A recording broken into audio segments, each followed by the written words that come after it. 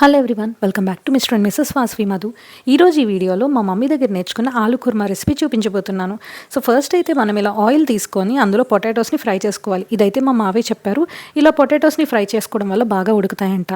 So బాండీ పెట్టుకొని అదే ఆయిల్ని యూస్ చేసి నేను కుర్మా చేస్తున్నాను. ఆయిల్ వేసుకున్న తర్వాత అందులో చిన్నగా కట్ చేసుకుని ఉల్లిపాయ ముక్కలు కూడా వేసుకోవాలి.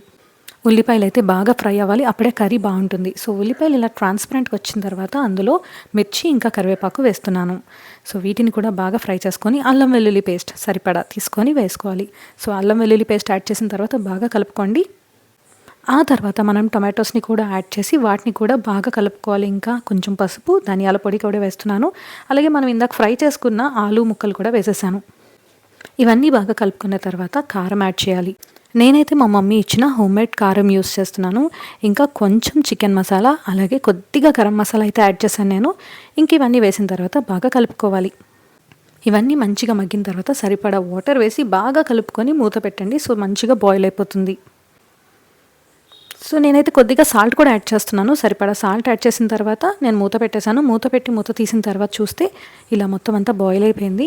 సో పొటాటోస్ని అయితే చెక్ చేసుకోండి, బాయిల్ అయినాయో లేదో. ఇలా మనం ప్రెస్ చేసినప్పుడు అది మెత్తగా అవుతుందో లేదో చూసుకోవాలి. ఇది కూడా చెప్పాలని అనుకోకండి, ఎవరైనా బిగినర్స్ ఉంటే వాళ్ళకి యూజ్ అవుతుందని చెప్పాను అంతే. పొటాటోస్ ఉడికిపోయిన తర్వాత బాగా మగ్గించుకోండి. వంట చేయడం ఈజీనే, ఆ తర్వాత మొత్తం ఇవన్నీ క్లీన్ చేయడమే పెద్ద టాస్క్. మొత్తం అంతా కూడా క్లీన్ చేసేసాను. ఇంకా ఈరోజు లంచ్కి వెజ్ పులావ్, ఆలూ కుర్మా, రైతా, సో ఇవైతే ప్రిపేర్ చేస్తాను. నా రెసిపీ వీడియో ఎలా ఉందో కమెంట్స్లో చెప్పండి. Thank you for watching. Have a good day.